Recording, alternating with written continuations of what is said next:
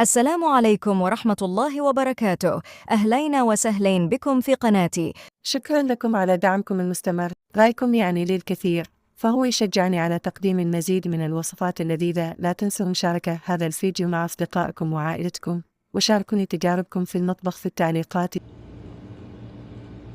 دخلت المطبخ محتارة شو أطبخ أكلة سريعة وسهلة وزاكية وبحبوها الأولاد، فقررت إني أعمل صينية دجاج بالفرن بطريقة كتير بسيطة. هنا قطعت الدجاج بهذا الشكل، بس شلت سلسلة الظهر، وبعدين عملت الدجاجة زي ما انتم شايفين وفتحت فيها فتحات عشان أتبلها بتتبيلة البيري بيري صوص.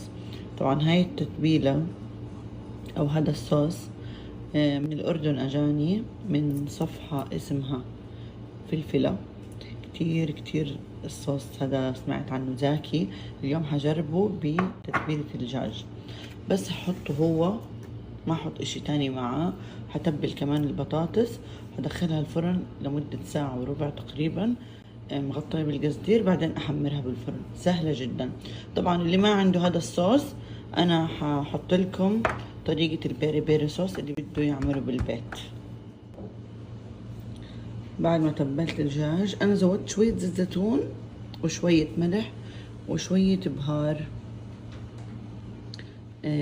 دجاج كمان على التتبيلة، بس هغطيها بالقصدير ودخلها الفرن. هنا حطيت في صحن شوية زيت، حضيف الفحمة عشان ندخل الدجاج. حضر معاكم طريقة رز صراحة أكلته عند صاحبة شهدي كتير زاكي. أول حاجة بنحط سمنة وزيت، وبعدين بنحط البهارات وبنخلي البهارات شوية تطلع ريحتهم، بعدين نضيف البصل. نخلي البهارات شوي. عجبني كتير لما أكلته عندها وطلبت منها الطريقة. هنضيف هنا البصل وضفت معاه شوية ثوم وشوية فلفل أخضر، فرمتهم كتير ناعم.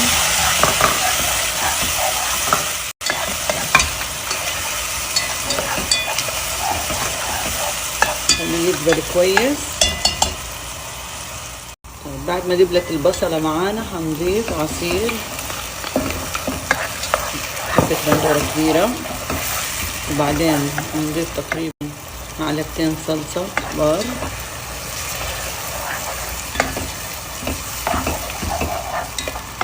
هنضيف البهارات ملح الأسود وكركم وبهارات 7. نقلب كل هاي المكونات مع بعض. بعد ما تتسبك شوي بنضيف الرز. طبعا الرز رز بسمتي مغسول منقوع لمدة 10 دقايق. هنضيفه ونحرك كل هاي المكونات مع بعض. هنا قلبت كل المكونات مع الرز. هضيف المرقة. طبعا لو ما عندكم مرقة سلق الدجاج، انا عندي مرقة طبعا بكون مفرزاها. لو ما عندكم المرقة فيكم تحطوا مية وتحطوا مكعب مرق. خلاص هنتركها على نار عالية، بعدين نوطي النار على الآخر، وهيك ألذ مندي أحمر بيكون جاهز معانا. طبعا آخر خطوة بنحط فحمة وبنبخر الرز.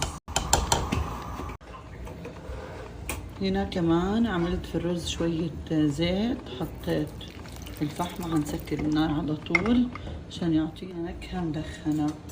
هنا حطيت سوري كريم ورانش صوص وشوية خردل، مايونيز، عصير ليمون وملح. هنخلط كل هاي المكونات كتير منيح، بعدين نضيفها على السلطة. ايش السلطة؟ عندي مكوناتها خس مقطع صغير، فلفل رومي اخضر واحمر، وعندي فاصوليا حمراء، وعندي حمص وذرة. هنخلط كل هذا الصوص ونحطه على الخضار والفاصوليا وهاي البقوليات.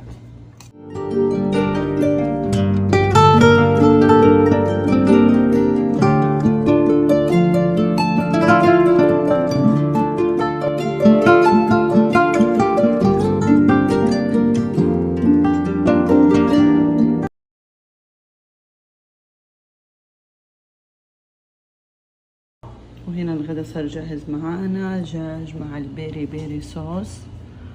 كتير عن جد شكله بشهي.